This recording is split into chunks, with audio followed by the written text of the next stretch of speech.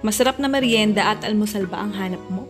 Eto, subukan mo to kasi sigurado papatok to sa mga suki mo. Oo. Okay, pagkahanda natin ang lalagyan, maglagay tayo ng harina.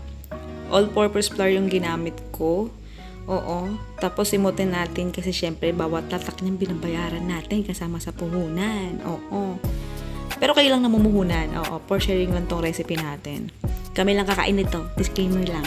Asukal yung nilagay ko. Depende sa dami ng gusto mong ilagay. Naglagay din ako ng yeast. Instant dry yeast. Oo, para hindi na tayo magpapaalsa.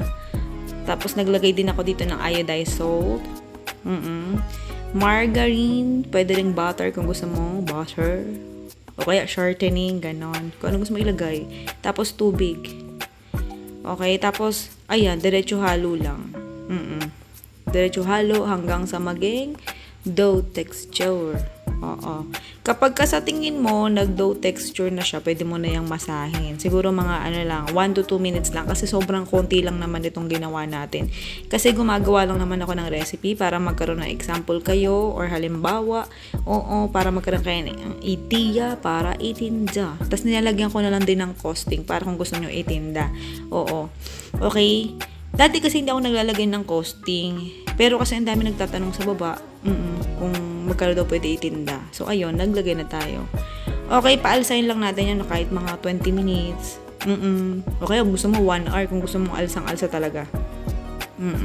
Itong sa akin, napaalsa ko to siguro mga 20 minutes. O, 20 to 25 minutes. Kaya mas maalsa siya ng bagay kaysa yung nakarang ginawa ko. Oo.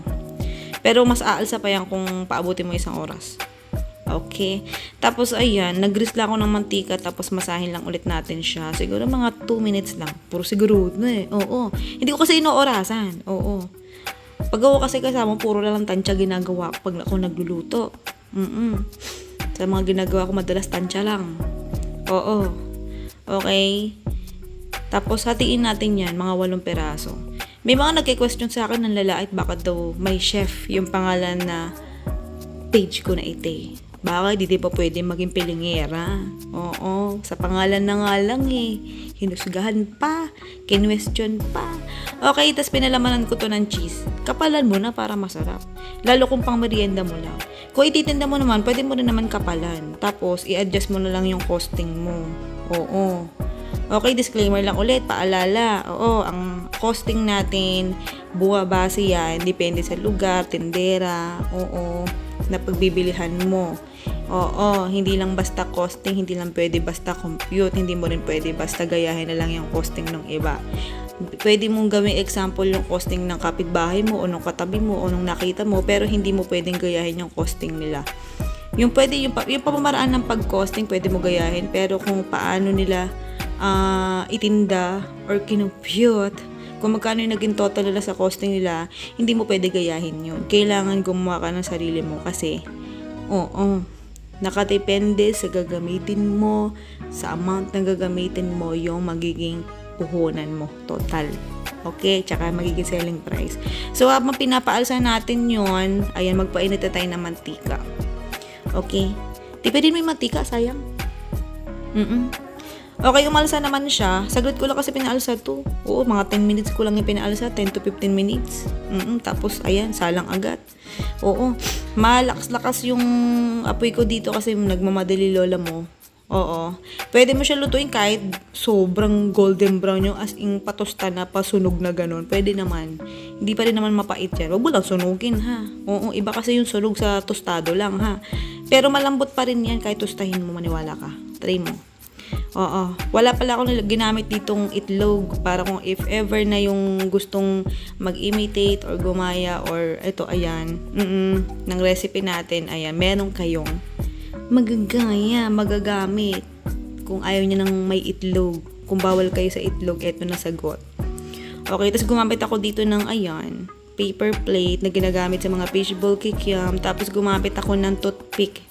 Oo, para hindi direktang kamay ang gagamitin ng bibili sa inyo. Gamit siya toothpick. Nagpahid ako dyan ng chocolate.